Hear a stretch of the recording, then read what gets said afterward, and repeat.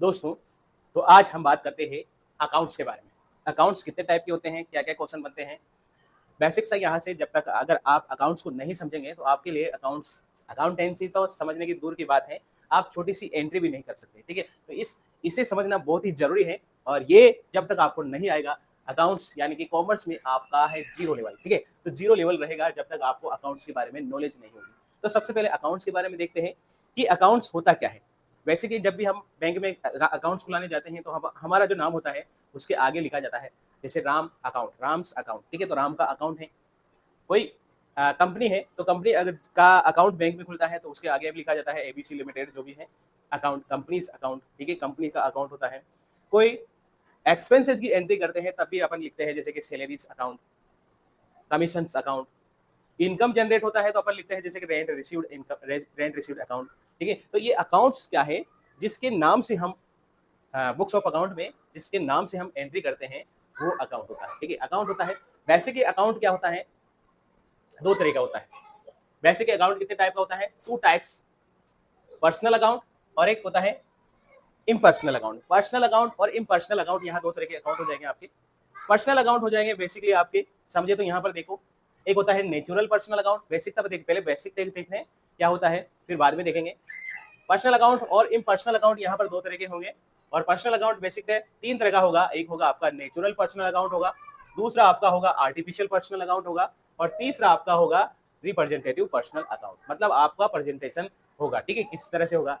दूसरी हम बात करें रियल अकाउंट और नॉमिनल अकाउंट। इम्पर्सनल अकाउंट कितने टाइप का होगा, दो तरह के होगा। एक होगा आपका रियल अकाउंट, एक होगा आपका नॉमिनल अकाउंट। रियल अकाउंट में आपकी ऑल एसेट्स आएगी। ऑल एसेट्स का मतलब समझिए इंटेंजिबल और टेंजिबल। इंटेंजिबल एसेट्स और इंटेंजिबल। इंटेंजिबल एसेट्स वो एसेट्स होती है दोस्तों जो आपको दिख रही है, जैसे कि ये बोर्ड आपको दिख रहा है, ठीक है? ये मार्कर आपको दिख रहा है, ठीक है? ये कंप्यूटर आपको दिख रहा है, ठीक है? ये बिल्डिंग आपको दिख रही है, ठीक है? ये जमीन आपको दिख रही है, लैंड एंड बिल्डिंग अपन बोल सकते हैं, ठीक है? मशीनरी आपको दिख रही है, ठीक है? जो भी आपको चीजें आपको दिखती हैं वो एसेट्स जो आपको दिखाई दे रही हैं वो टेंजिबल है और जो आपको नहीं दिख रही है दोस्तों वो इंटेंजिबल एसेट्स है। जो आपको दिख रही है जिसको देख सकते हैं आप वो टेंजिबल है और जिसको आप नहीं देख सकते वो इंटेंजिबल है। इंटेंजिबल जैसे कि आपका किसी का नाम है, आपका स्टेटस है, प्रोस्पेक्टस है आपका, ठीक है? आपका एक रुतबा है, ठीक है? उसको आप नहीं देख सकते हैं, ठीक है? तो जैसे कि गुडविल हो गया, ट्रेडमार्क हो गया, ठीक है? तो ये आप नहीं देख सकते हैं, ये आपको कभी भी नहीं दिखता है, ठीक है? तो लेकिन ये क्या होती है, एसेट्स होती है। ये क्या होती है, एसेट्स होती है। अब वापस से स्टार्टिंग से हम इनको डिस्क्राइब करते हैं क्या क्या होता है। पहले अकाउंट हमने देखा कि एक पर्सनल अकाउंट होता है और एक इम्पर्सनल अकाउंट होता है। पहला जो अकाउंट होगा वो नेचुरल पर्सनल अकाउंट होगा। जो व्यक्ति है, जो मैं खड़ा हूं आपके सामने दिख रहा हूं, मेरा एक टाइम पीरियड है, मैंने जन्म लिया है, मेरी मृत्यु होने वाली है, ठीक है? ये सब क्या है, एक natural personal account, natural person होगा। जैसे कि राम है, राम का अकाउंट खोलना है, श्याम का अकाउंट खोलना है, मोहन का अकाउंट खोलना है, ठीक है? सीता का अकाउंट खोलना है, गीता का अकाउंट खोलना है, जिसका भी अकाउंट आप खोलना चाहते हैं, जिसका भी अकाउंट आप लिखेंगे वो सब नेचुरल यानी कि नेचुरल पर्सन है। नेचुरल पर्सन का मतलब जिसका एक निश्चित समय बाद उनका बोर्न होता है, डेथ होती है, ठीक है? डेथ और बोर्न दोनों होते हैं, वो नेचुरल पर्सनल अकाउंट होते हैं, ठीक है? नेचुरल। आर्टिफिशियल पर्सनल अकाउंट जिनके जो किसी कंपनी, जैसे कि जिसे किसी लॉ के थ्रू या किसी रजिस्ट्रेशन के द्वारा या किसी ऐसी प्रोसेस से गुजरा है जो एक कानून के द्वारा बनाया गया है, ठीक है? एक लॉ के द्वारा बनाया गया है, ठीक है? तो ऐसे जो व्यक्ति होते हैं, पर्सनल होते हैं, वो आपके आ जाएंगे आपके आर्टिफिशियल पर्सनल अकाउंट। जैसे बैंक है, बैंक का भी एंट्री आपके जो आदमी होता है, जैसे व्यक्ति होता है, उसी की तरह काम करता है। जैसे कि बैंक कोई लेन देन करता है तो बैंक, जैसे कि राम का लेन देन हो रहा है, श्याम का लेन देन हो रहा है, वैसे बैंक का भी लेन देन होगा। बैंक का भी क्या होगा, लेन देन होगा। कंपनी का लेन देन भी वैसे होगा, तो कंपनी का अकाउंट भी होगा, ठीक है? व्यक्ति यानी कि आर्टिफिशियल है, किसी जनरेटर द्वारा, किसी लॉ के द्वारा इसको बनाया गया है। बैंक हो सकता है, फर्म हो सकता है, पार्टनरशिप फर्म हो सकती है, ठीक है? कोऑपरेटिव सोसाइटी हो सकती है। ये क्या है, ये आपके आर्टिफिशियल पर्सन अकाउंट में आते हैं, ठीक है? आर्टिफिशियल पर्सन अकाउंट में आते हैं। रिप्रेजेंटेटिव पर्सनल अकाउंट में कुछ ऐसे टर्म आते हैं जैसे कि आपकी कैपिटल है, ठीक है? अब आपने किसी भी फर्म में पैसा लगाया है, बिजनेस स्टार्ट किया है, तो आपकी कैपिटल है और वो कैपिटल भी आपके नाम से लिखी जाती है, ठीक है? आपका नाम वहां पर लिखा जाता है, तो जैसे कि राम्स कैपिटल अकाउंट, ठीक है? तो वो कैपिटल जो होती है वो भी क्या, किसका पार्ट होता है, वो भी पर्सनल अकाउंट का पार्ट होता है। तो वो भी क्या है, कैपिटल भी क्या है, पर्सनल अकाउंट है, ठीक है? दूसरा है ड्राइंग्स। ये भी कोई व्यक्ति ड्राइंग्स करता है, यानी कि किसी बिजनेस में अपने निजी प्रयोग के लिए यानी कि पर्सनल यूज के लिए कोई पैसा निकालता है, एसेट्स का यूज करता है, वो आपकी ड्राइंग से, और वो भी क्या होती है, रिप्रेजेंटेटिव पर्सनल अकाउंट होती है, ठीक है? दूसरा आउटस्टैंडिंग ऐसे बैलेंस शीट में अगर कोई भी आइटम पड़ा है, जैसे कि आपने बकाया रह गया है, आपको ऐसा खर्चा है जो आपको बकाया रह गया है, जैसे कि सैलरी देनी थी लेकिन अभी नहीं दी है, बकाया रह चुकी है, तो ऐसे खर्चे जो इस साल होने थे लेकिन नहीं हुए, वो आउटस्टैंडिंग होते हैं, आउटस्टैंडिंग एक्सपेंसेस होते हैं, ठीक है, उनको भी क्या है पर्सनल अकाउंट में माना जाता है, ठीक है। तो रिप्रेजेंटेटिव पर्सनल अकाउंट में आता है। प्रीपेड एक्सपेंसेस ऐसा खर्चा जो आपको करना है, ऐसे खर्चा जो आपको करना था लेकिन रह गया है, ठीक है। प्रीपेड यानी कि एडवांस में आपने वो खर्चा कर दिया है। आउटस्टैंडिंग का मतलब बकाया रह गया है, आपने करना था लेकिन नहीं किया, ठीक है। प्रीपेड का मतलब ऐसे ऐसा एक्सपेंस है जो आपने पहले से कर दिया, जैसे कि आपको 2 महीने की सैलरी देनी थी लेकिन आपने क्या कर दिया, अगले 3-4 महीने की सैलरी पेड कर दी, तो वो आपने एडवांस में पेमेंट किया है, तो ऐसी सैलरी आपके एक्सपेंसेस, ऐसा एक्सपेंसेस आपका प्रीपेड एक्सपेंसेस रहता है, ठीक है। ऐसे ही इनकम होती है, एक्रूड इनकम होती है, एक अनअर्न्ड इनकम होती है, तो ये भी क्या है रिप्रेजेंटेटिव पर्सनल अकाउंट का पार्ट माना जाता है, ठीक है। दूसरी बात करते हैं हम इम्पर्सनल अकाउंट की बात। तो इम्पर्सनल अकाउंट में होता है एक तो रियल अकाउंट होता है दोस्तों, एक क्या होता है रियल अकाउंट होता है, और एक होता है नॉमिनल अकाउंट। रियल अकाउंट में क्या आएंगे, एसेट्स आएंगे, क्या आएंगे, एसेट्स, एसेट्स एंड लायबिलिटीज आएंगे, ठीक है, एसेट्स एंड लायबिलिटीज आएंगे, और एसेट्स और लायबिलिटीज आएंगे। एसेट्स में क्या होगा, देखो एसेट्स रियल यानी कि एसेट्स, टेंजिबल एसेट्स होती है, एक इंटेंजिबल एसेट्स होती है। टेंजिबल वही एसेट्स जो आपको दिखाई दे रही है, वो जो एसेट्स आपको दिख रही है वो टेंजिबल एसेट्स है, और जो आपको नहीं दिख रही है वो इंटेंजिबल एसेट्स होती है। नॉमिनल अकाउंट की तरफ बात करें तो एक होता है एक्सपेंसेज और एक होता है आपका प्रॉफिट, एक होता है लॉस होता है, एक होता है आपका इनकम। तो ये क्या है, नॉमिनल अकाउंट होता है।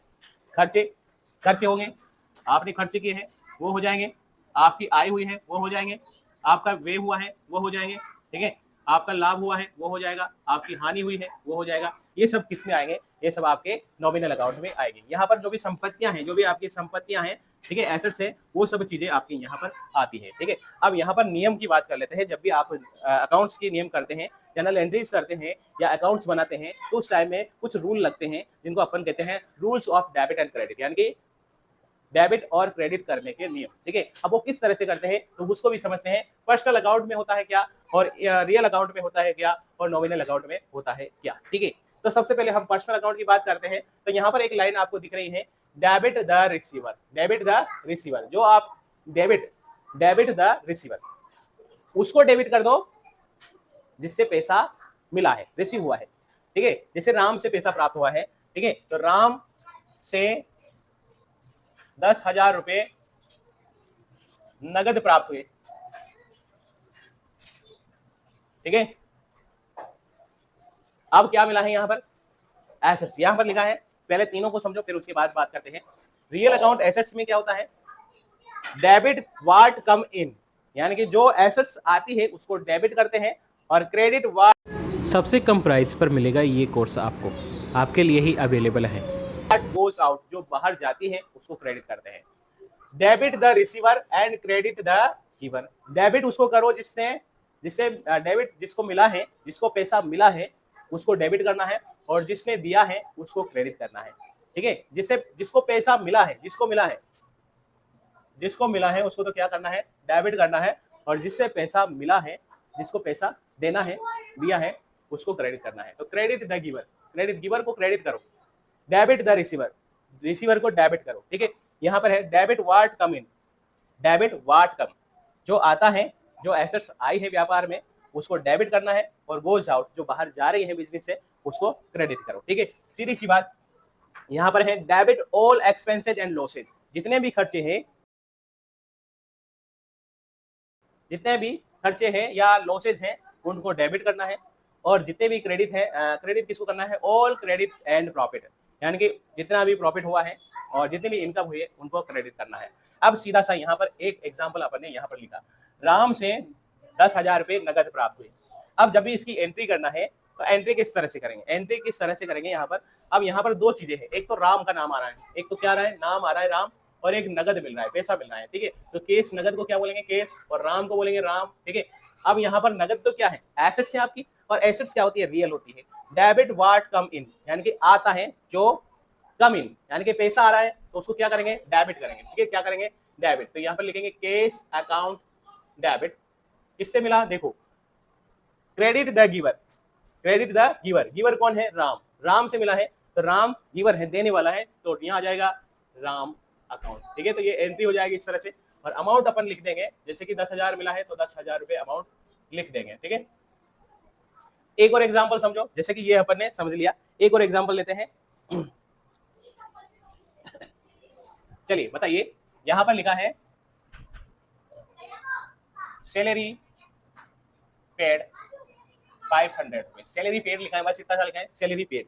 अब यहाँ पर सैलरी क्या होती है, एक्सपेंसेस होता है, एक्सपेंसेस होता है, पेड होती है, चुकाया है, ठीक है। तो यहाँ पर देखो डेबिट ऑल एक्सपेंसेस, एक्सपेंसेस क्या है, सैलरी है, तो यहाँ पर एंट्री क्या हो जाएगी, एंट्री हो जाएगी सैलरी अकाउंट डेबिट। अब क्या दिया है बदले में, पेड किया है कैश, तो यहाँ पर आ जाएगा कैश, यानी कि जितने भी जैसे कि कमीशन रिसीव हुआ है, तो कमीशन रिसीव हुआ है तो यहाँ पर मिलेगा कैश, और इनकम है ये, इनकम को क्या करते हैं, ऑल इनकम क्रेडिट तो कमीशन, ठीक है। तो कमीशन आपका क्या है, इनकम है।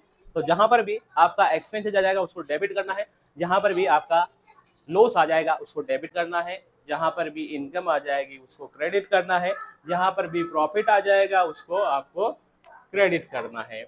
और जिससे पैसा देखे डेबिट द रिसीवर, रिसीवर को हमेशा डेबिट करना है, क्रेडिट द गिवर, गिवर को क्रेडिट करना है, ठीक है।